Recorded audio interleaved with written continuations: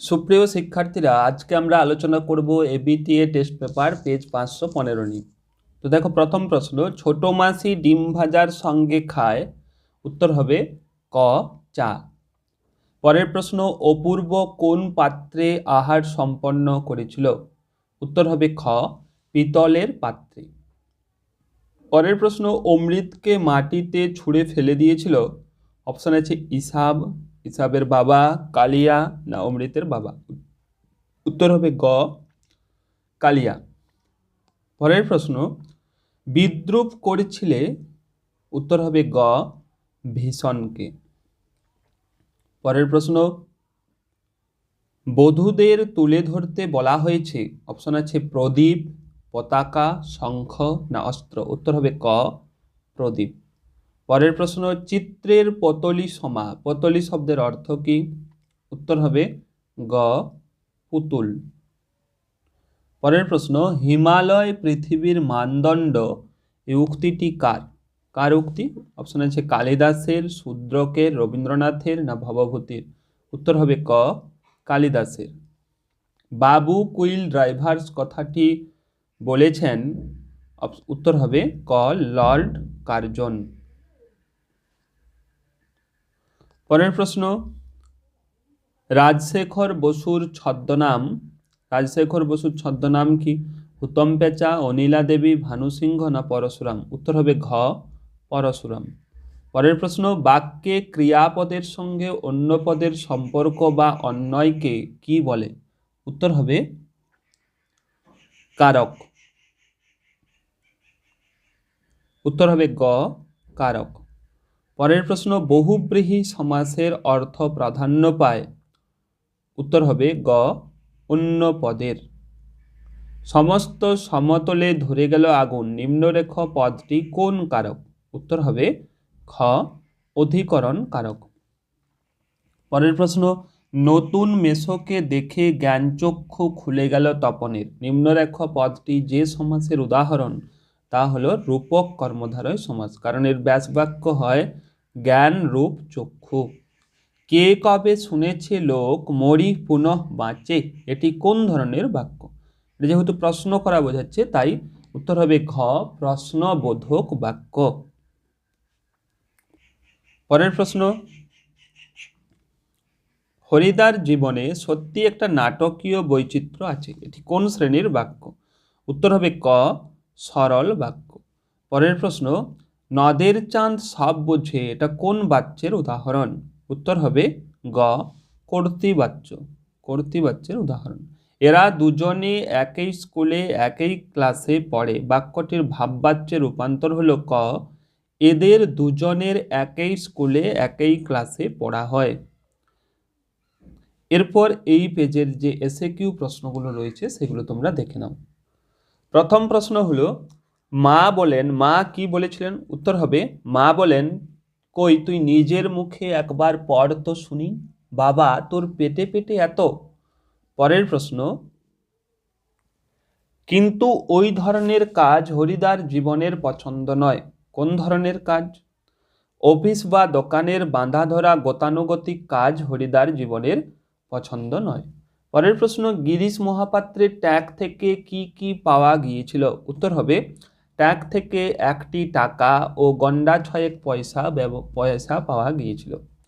পরের প্রশ্ন, উনি ঘোষণা করলেন, উনি কি ঘোষণা করলেন, উত্তর হবে গ্রাম প্রধান ঘোষণা করলেন অমৃত হলো অদল আর ইসাব হলো বদল। পরের প্রশ্ন, কোন ট্রেনটি নদের চাঁদকে পিছিয়ে দিয়া চলিয়া গেল, কোন ট্রেন নদের চাঁদকে পিছিয়ে দিয়েছিল, উত্তর হবে 7 নাম্বার ডাউন প্যাসেঞ্জার।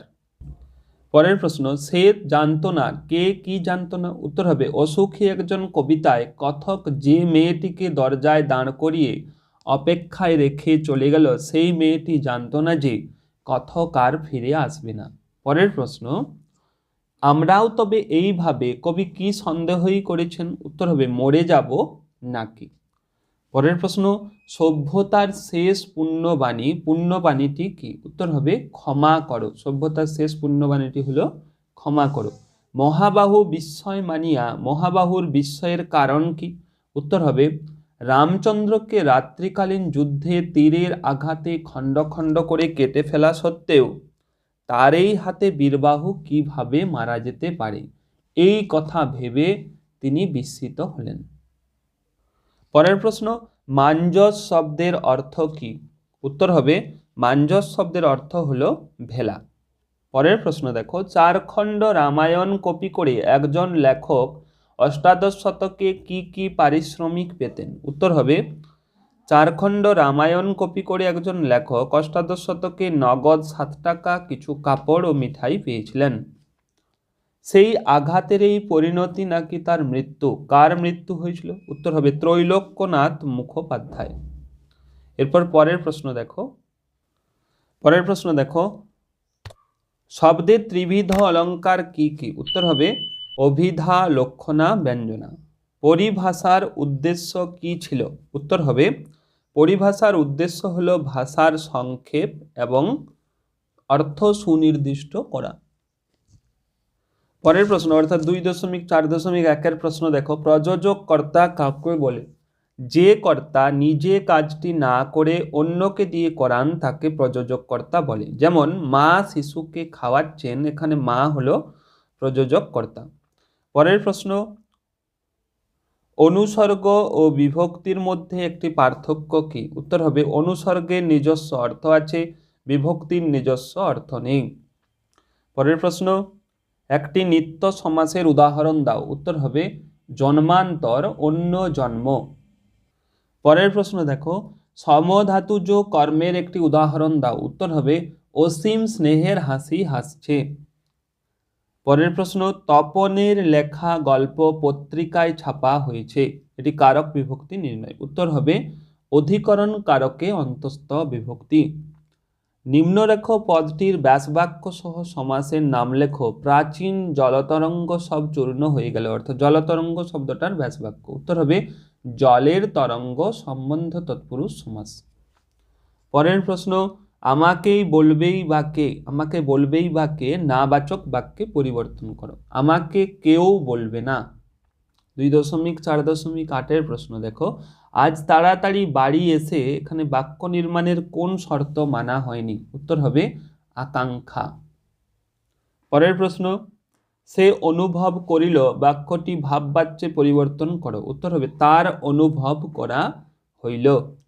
পরের প্রশ্ন, শঙ্খ বাজে বাক্যটি কোন বাচ্যের উদাহরণ? উত্তর হবে কর্ম কর্তৃবাচ্যের উদাহরণ। এরপর এই পেজের বঙ্গানুবাদটা তোমরা দেখে নাও।